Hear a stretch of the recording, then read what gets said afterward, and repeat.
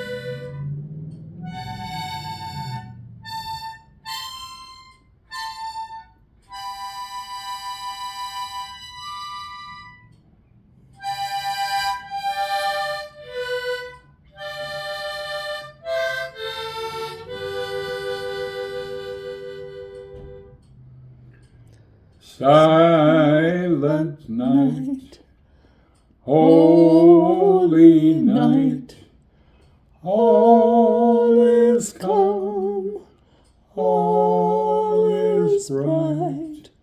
Round yon virgin, mother and child, holy infant, so tender and mild, sleep in heavenly peace, sleep in heavenly peace. Thanks for joining me. You're welcome. How about Victory Garden story? Victory Garden story. Victory Gardens. Well, during the war, people started saying, what is it we can do for the war effort? And someone in the government said, well, you could start your own gardens, because if you grow most of the vegetables there, that means the vegetables that we grow in professional farms, we can give to all the troops. Because now we need all the food we can get for the troops. So people really jumped on that and decided, let's do it. And my dad said, we're going to have a victory garden. Okay, Dad. You know, not realizing how much effort there was to it. But he finally came home one day and he said, okay, boys, we're going to go and see our victory garden. The person who I got it from, he has staked it out so we know exactly the size of it and so on. Here's a shovel, here's a shovel, here's a shovel, and he took a shovel, and off we went. And we went out, I don't know, it was probably about 3 miles away from home, and here there were people working on their own victory gardens too. So that kind of impressed us a little bit. And we started, and my dad said, boys, every inch of this garden gets turned over. We thought, oh my God. But it wasn't so bad. We worked as a team, and we talked occasionally and laughed and just kept working. And I don't know, it probably took about 3 or 4 hours for us to do it. My hands were almost raw from grabbing the shovel, not thinking I should have had gloves, but we got it done. And my dad said, okay, boys, let's go home. Tomorrow night, we rake it. And we tie strings to little stakes and start putting it seed.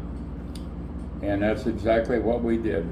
And we looked at it with about 2 or 3 rows already planted with the strings there. That's what's so neat about it, because you're following the string so that the row of whatever is straight.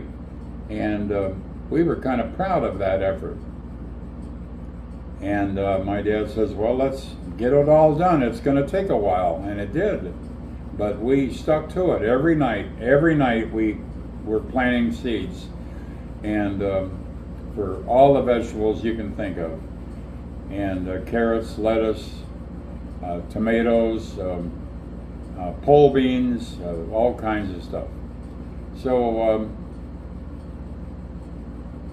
we watched it grow, and one day I showed a friend of mine, we got on our bikes, and I said, I want to show you our victory garden. You have a victory garden? Yes. Don't you? No. I didn't know anything about it. So I said, I'll show you, and you can go home and tell your dad, and maybe he would like to get a certain amount. But most of them are 1 acre. So we went out there on our bikes, and I started walking through the rows, and I said, look at this.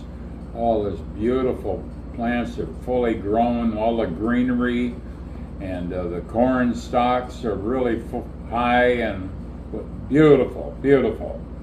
And I said, oh, look at these carrots. And the stalks were probably about that long. I mean, beautiful green. And I grabbed one and I shook it and I pulled it up, and it was about that long. I mean, it was a carrot. And I smacked it against my clothes until I thought I got most of the dirt off. And I said, I'm going to eat my carrot. And I did. And it was delicious. And it was crunchy because I was eating some of the dirt. But I found another one for him, and so he ate one too. And that was my big experience in the Victory Garden, to share a carrot with someone. Thank you so much. We have one more entry, folks, and it'll be a special one.